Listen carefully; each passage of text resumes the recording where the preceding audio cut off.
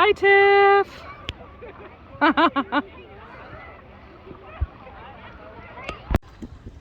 Hello.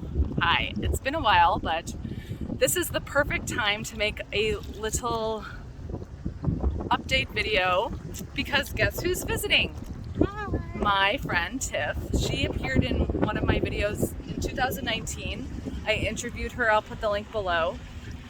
But basically, we just want to pop in to give people a little injection of hope. Everything's going to be okay. We were just on the beach talking about how the latest letter to elders for their announcements came out. We were just talking about how there's like 76,000 members on XJW Reddit. We don't really check it, but yay, the numbers are growing, meaning yay that people are finding freedom. But the latest announcement to the congregations is about how if you're able-bodied, you should be at the Kingdom Hall physically and not just turning on your computer to the video conference. So with that being said, how has life been for you, Tiff, since 2019? Well, it's definitely been a roller coaster. Lots of change, lots of growth. And I can't say that it's always been blissful. Some moments have been very painful, but I'm very happy and I feel very true to myself and very spiritual. And the biggest thing I feel like I can take away and pass forward, hopefully, is that that you cannot have a life or relationship with God or spirituality outside of the organization. You can have it. You can have it. Yeah. So, like, to say, that we were programmed that you can't have those things unless you're part of the organization. I will say that through my hardest times, I have never felt abandoned by God. In fact, He's had amazing people show up in my life and be there for me, but most importantly, He's given me the strength and courage to find the inner strength and love for who I am and what I'm about and my truth, to be the best version of myself and have a great life. So don't feel like your life is just going to spiral out of control because you leave an organization and people that are part of that shun you or discourage you or make it seem like it's going to be all bad. Yes, there are moments that are bad, but that's life. And trust that within yourself, you can do anything. The possibilities are infinite. Yeah, you can be and do anything that you put your mind to. Yeah, hard work, determination, good people, boundaries, wisdom. Yeah. And loving yourself. I think that's the most important thing, because if our cup is not full within ourselves and the things that we believe in, our morals, our values in life do not match up with what is true to ourselves, like you really cannot be there for other people. And I feel like that's what's expected of you in the organization, is to be a boxed version of a crated dog. Yeah. We were walking some puppies yesterday and one of mine is highly socialized and exhausting to me, but he's getting lots of exposure to everything. Therefore, he's not fearful, etc. of most things. And the other puppy lives in a crate all day and is just a train wreck. Poor dog. It's not his fault. And that's kind of how we were raised. We were crate puppies, bred to just make puppies for the organization. No mas. Anything else you want to say, Tiff? Just that I think it's so important to, I know a lot of Jehovah's Witnesses, especially ones who are born and raised in it, and do whatever feels right for you. I'm not ever trying to tell anyone what to do, but it's easy to be like, this was the truth I was told, and when that curtain is pulled back and you see it exposed for what it is, a lot of ex-Jehovah's Witnesses default to atheism, and I'm not saying there's anything wrong with that, but it's part of people's testimony. But having a sense of spirituality, like being spiritual, is not a bad thing. There's a difference between being religious and being in a religious organization. and Amen. being spiritual.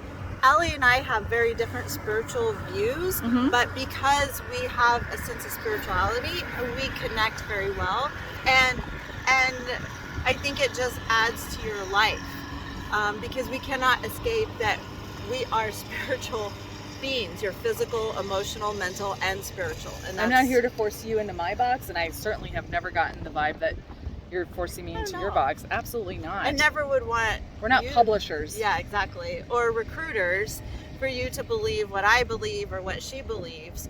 But find your own truth and what spirituality means to you. We don't have to turn that portion off to escape from organized religion or a cult or programmed belief. Is something I would just love to pass on to somebody who may be struggling with that. I love that. Thank you. So, Allie, I have a question for you. Okay, I'm going to press pause. We're going to relocate because we're about to crash into a dock. Okay. To be continued. Is this recording? All right, we're back. We paddled for a little bit. So, back to my question. So, like, obviously you had left a little bit before me, and so you had a little bit more time, and you've... Mentally, I left in 2015/2016, and I got officially expelled in 2019.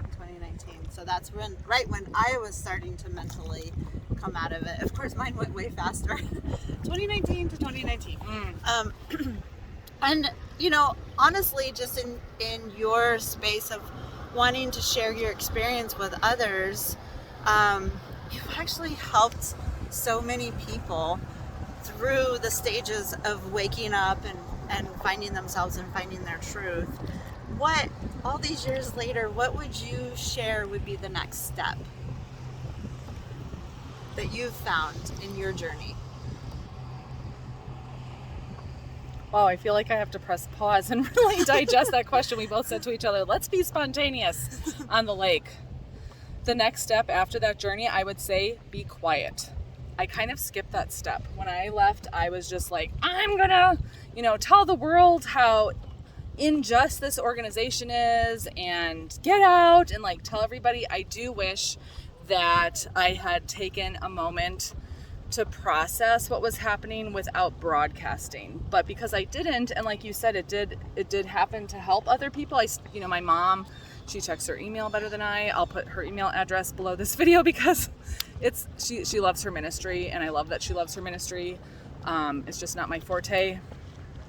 I wouldn't change anything the way I did it, but I guess that's the space I'm in right now, and that's why I don't make videos anymore, is because I'm realizing that I just need to be quiet and learn before I preach. So for those of you who are wondering, where are you? What's happening? I'm learning right now. That's so true. It's so true, because it's like, I don't know, the bosses at where I work, they have this saying, it's like, you don't know what you don't know. And it's very true, especially when you've been raised as a Jehovah's Witness. You're in a bubble. And you're told that you know the truth. Right. And well, that definitely breeds humility, not. Yeah, no kidding.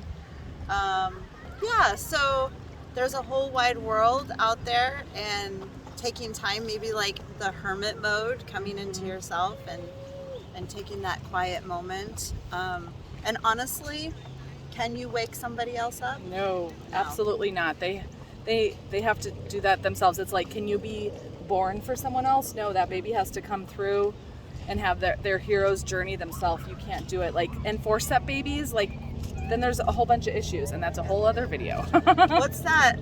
Plato's allegory of the cave? Yeah. You get killed because when you try to, at the end, when he went back down in the cave and tried to say, hey, what the shadows that we saw of the trees are just a shadow. There's real life out there. Let's come find out. Get out of the cave. And they turned on him and killed him. Oh, I did not know that. So, all of us, in a way, when we tried to wake up our friends and family, we were put to death in a way, because it just pushes them further away.